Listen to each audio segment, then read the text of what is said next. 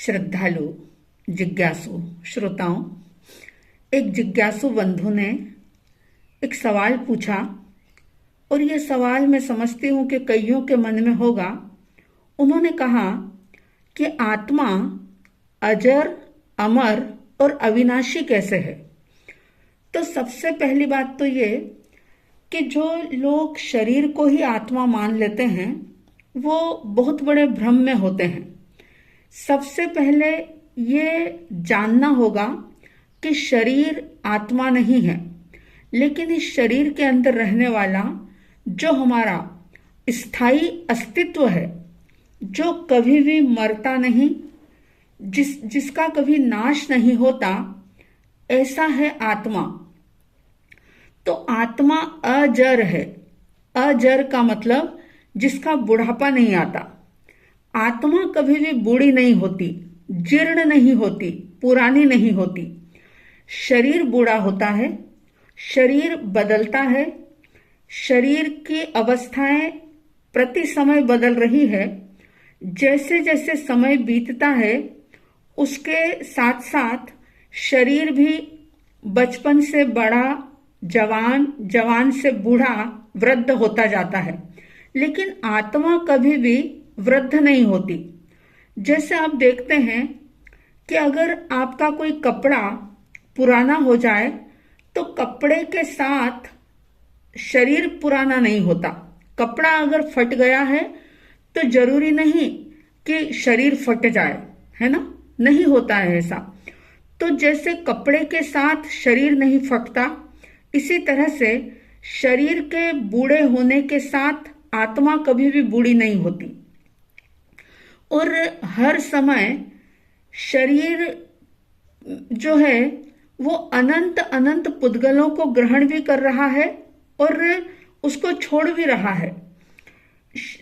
शरीर परिवर्तनशील है और शरीर के अंदर हमेशा ही परिवर्तन निरंतर होता रहता है।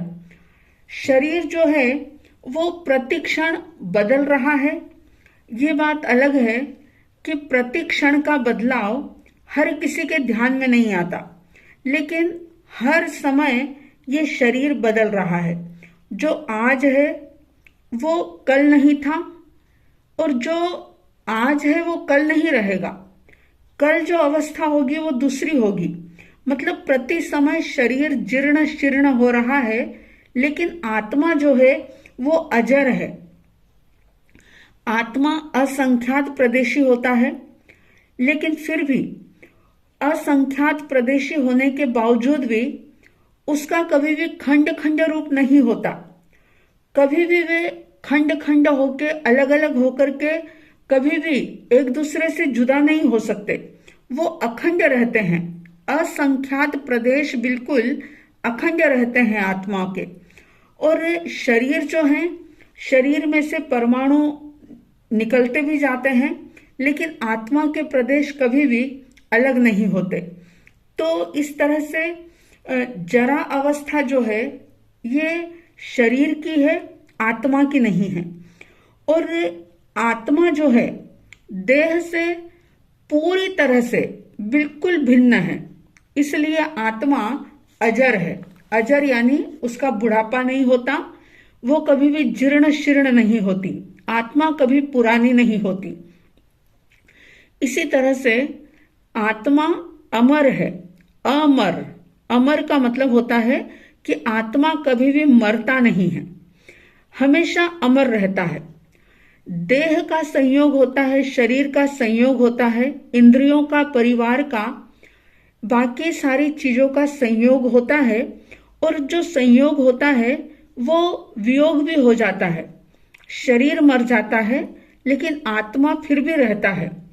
और शरीर जब नहीं मिला तब भी आत्मा था, आज भी आत्मा है।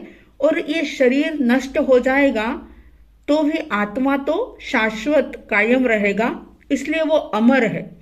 और इसीलिए आत्मा त्रिकाली है, शाश्वत है, इसकी कभी भी उत्पत्ति नहीं होती, मतलब ये अनुत्पन्न है। जीवात्मा जो है वो कर्म के निमित्त से एक शरीर को छोड़ती है दूसरे शरीर को धारण करती है और पुद्गल द्रव्य शरीर के रूप में परिणमित होते हैं। ऐसे शरीर की उत्पत्ति को अज्ञानी जो होते हैं वो स्वयं की उत्पत्ति मान लेते हैं। शरीर का जन्म होता है, आत्मा का कभी जन्म नहीं होता। और अज्ञान के कारण से, भ्रम के कारण से लोग शरीर की उत्पत्ति को ही खुद की उत्पत्ति मानते हैं। पुद्गल तो रूपी है और रूपी पुद्गल जो कि परिणमनशील है, तो वो रूपी शरीर को मतलब परिणमित करता है और उससे रूपी शरीर प्राप्त होता है। लेकिन अज्ञानी जो है वो अपने आप को शरीर रूप में मान लेता है, मतलब उस शरीर को ही अपना मान लेता है।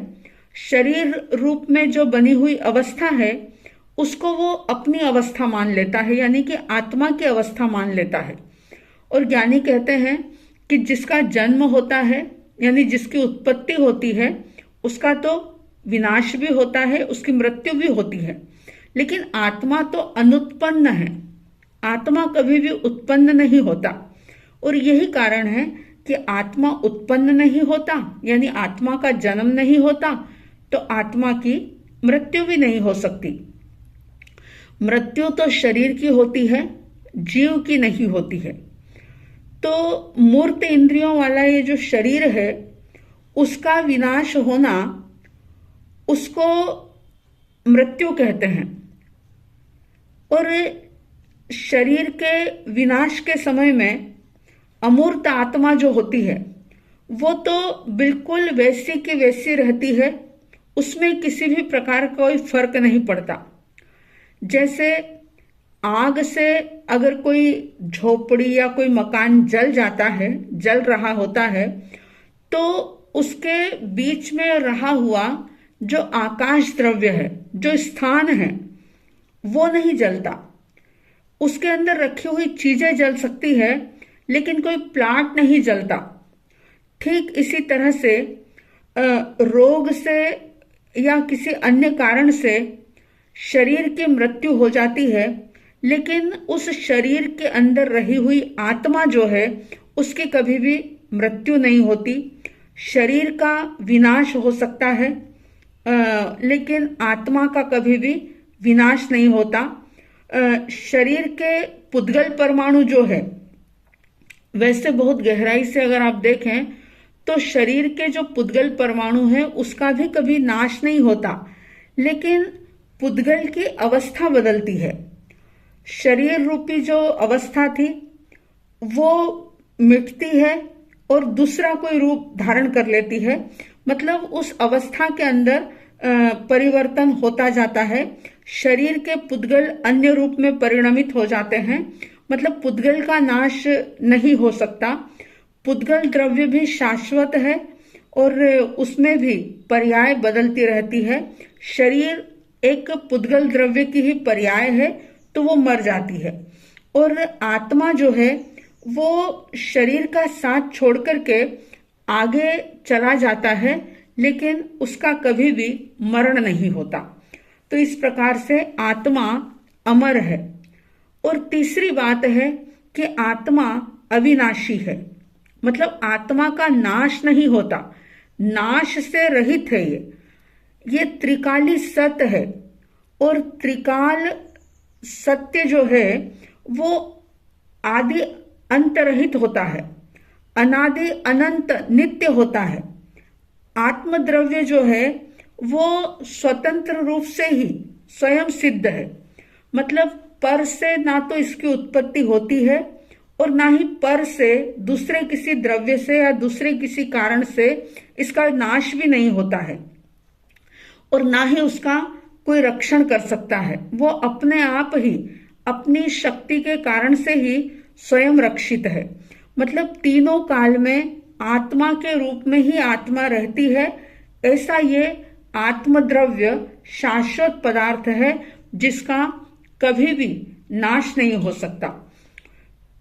तो इस प्रकार से ये आत्मा अविनाशी है।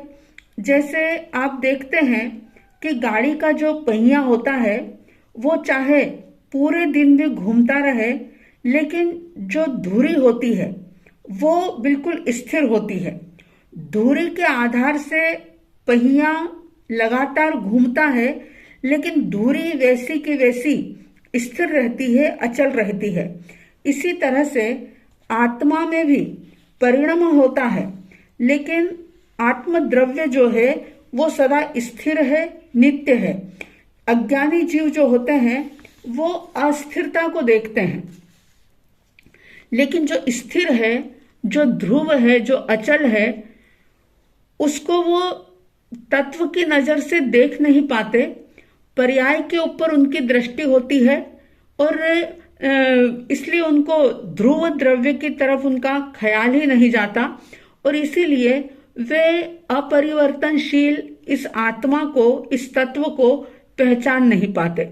अगर एक बार ध्रुव की पकड़ हो जाए, अगर एक बार आत्मविश्वास हो जाए, खुद का अनुभव हो जाए, तो सचमुच पूरी दिशा बदल जाती है और अंधकार के बदले प्रकाश की यात्रा प्रारंभ हो जाती है। तो जो स्वयं को अजर, अमर और अविनाशी के रूप में देखता है, फिर उसके जीवन में चाहे कैसी भी प्रतिकूल परिस्थितियां क्यों न हो, कोई भी प्रतिकूल परिस्थिति उस व्यक्ति को बिल्कुल भी विचलित नहीं कर सकती, क्योंकि वो अपने आप को बिल्कुल अलग जान लेता है, मान लेता है। जो अपने आप को अजर, अमर और अविनाशी तत्व के रूप में श्रद्धा कर लेता है, जान लेता है, उसको बीमारी का तो क्या, लेकिन मृत्यु का भी भय नहीं होता। और यही कारण है कि जो ज्ञानी पुरुष होते हैं वे मृत्यु के समय भी बिल्कुल भी विचलित नहीं होते। कितनी भी वेदना के बीच में हो, लेकिन वो बिल्कुल विचलित नहीं हो सकते।